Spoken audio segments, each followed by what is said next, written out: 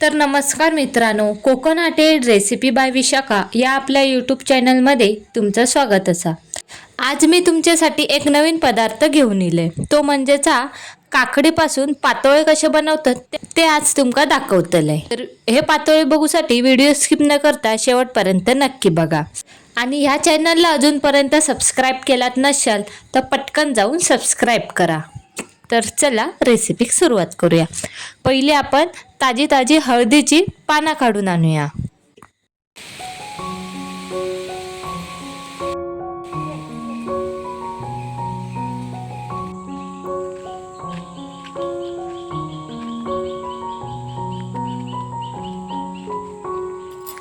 ही हळदीची पानं, ही बघा।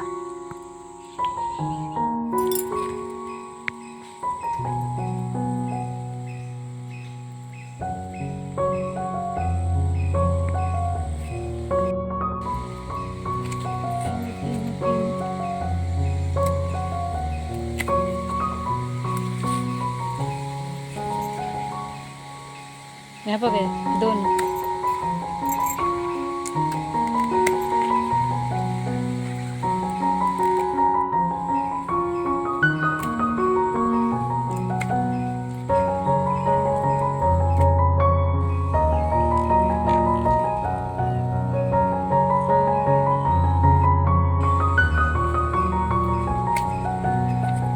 ह्या बघा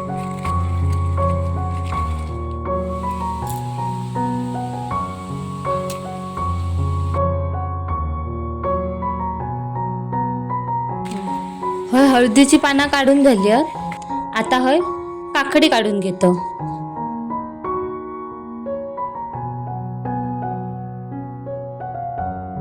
होय, मी 2 काकडे घेतले कोवळे।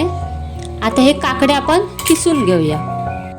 मी होय काकडी सालासकट किसून घेतले, पण ही कोवळी काकडी आहे। तर अशी मी दोन्ही काकडे ना बारीक असे किसून घेते।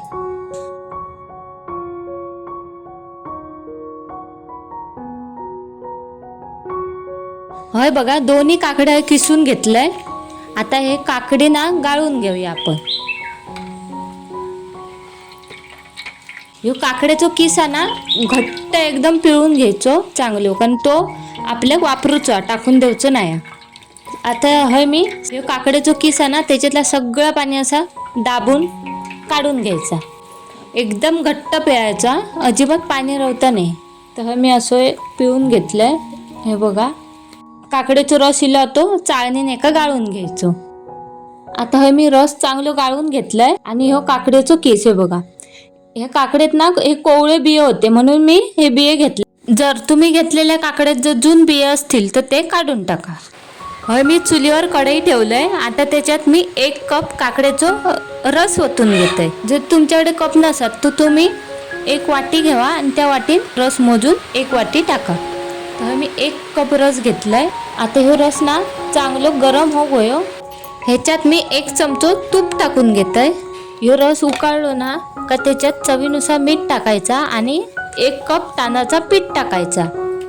तुम्ही ज्या वाटीन रस घेतला त्याच वाटीन तांदळाचा पीठ घ्यायचा। मी 1 कप रस घेतलाय तर 1 कप पीठ घ्यायचा। मी 1 कप पीठ घेतलंय। आता हे चांगलं मिक्स करायचा। जर तुम्ही ह्या गॅसवर करत असाल तर गॅस बंद करायची। आता मी कढई उतरवून घेते। कढई उतरवून झाली ना का त्याच्यावर लगेच ताटली मारून या 10 मिनिटं पीठ असंच ठेवायचा। तोपर्यंत दुसऱ्या बाजूक आपण सारण बनवून घेऊया। तर मी एक कढई ठेवले, त्याच्यात मी 1 चमचो तूप टाकलंय। आता जो काकड्याचा किस गाळून घेतलेला ना तो ह्याच्यात टाकून घ्यायचो। आता हे चांगलं तुपात मिक्स करून घ्यायचो। आता ह्यो किस पण मोजून घ्यायचो, जेवढं किस असतात तेवढाच खोबरा घ्यायचा।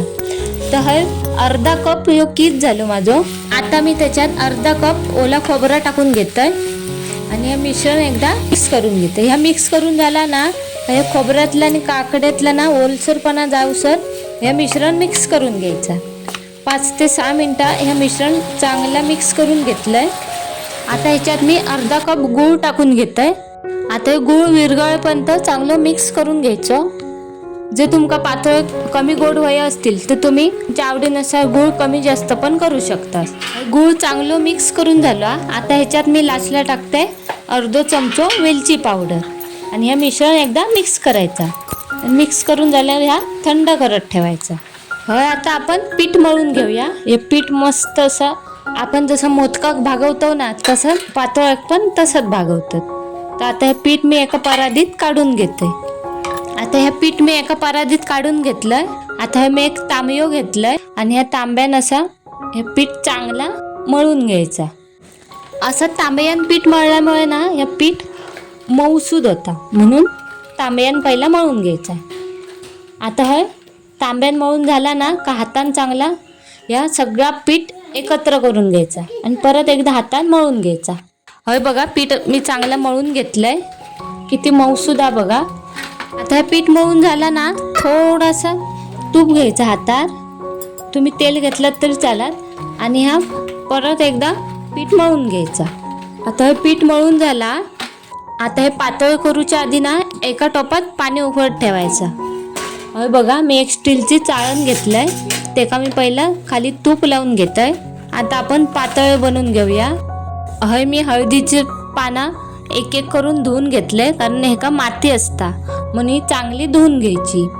आता ही धुवून झाली ना अशी ही पुसून घ्यायची एका कपड्याने आणि ही जास्तची पानं आहेत ना ती कापून टाकायची. वरचो भाग आणि खालचो भाग तो असं कापून टाकायचं. आता हे पातळ बनवते बघा. आता है ना जे आपण पीठ घेतलं ना त्याचं असं लांबट गोळ करून या पीठ पानावर असं तापून घ्यायचा. खाली पानाक तूप लावायचं नाही. जर तुम्ही पानाक खाली तूप लावलं तर ह्या पीठ खाली पानाक चिटकत नाही, म्हणून पानाक तूप लावायचं नाही. जर तुमका वाटत असत हे पीठ बघा पानाक लावताना हाताक चिटकून येता, मग हाताक थोडासा तूप लावायचा आणि हे पीठ असं पानाक सगळा लावून घ्यायचा. हे बघा तूप लावल्यामुळे हे पीठ आपल्या हाताक चिटकून वर येत नाही. तर मी सगळं पानाक ना असं पीठ लावून घेतलंय बघा. आता ह्याच्यात ना एका बाजून असं ह्या सारण भरून घ्यायचा. एकदम जास्त पण भरायचा नाही तर त्या बाहेर येतला. हे बघा जसं मी व्हिडिओमध्ये दाखवले तसा. आणि हा पान असा दुमडून घ्यायचा. आहे बघा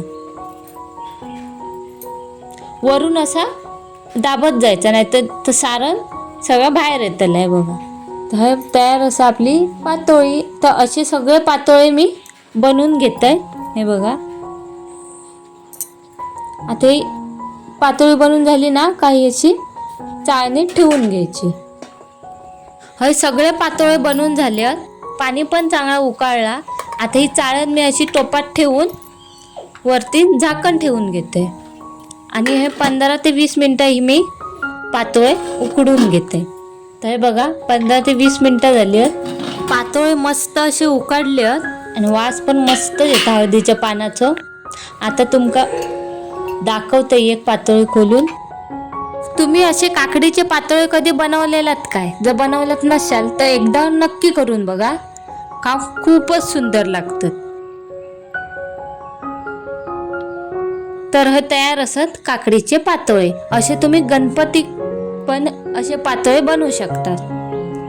तर ह्यो पातोळ्यांचा व्हिडिओ तुमका कसं वाटलो तर कमेंट करून नक्की सांगा. आणि ह्यो व्हिडिओ तुमका आवडलो असेल तर व्हिडिओक लाईक करा, शेअर करा, कमेंट करा आणि कोकण आटेड रेसिपी बाय विशाखा या चॅनलला सबस्क्राईब करू विसरू नका. परत भेटूया एका नवीन रेसिपीमध्ये. बाय.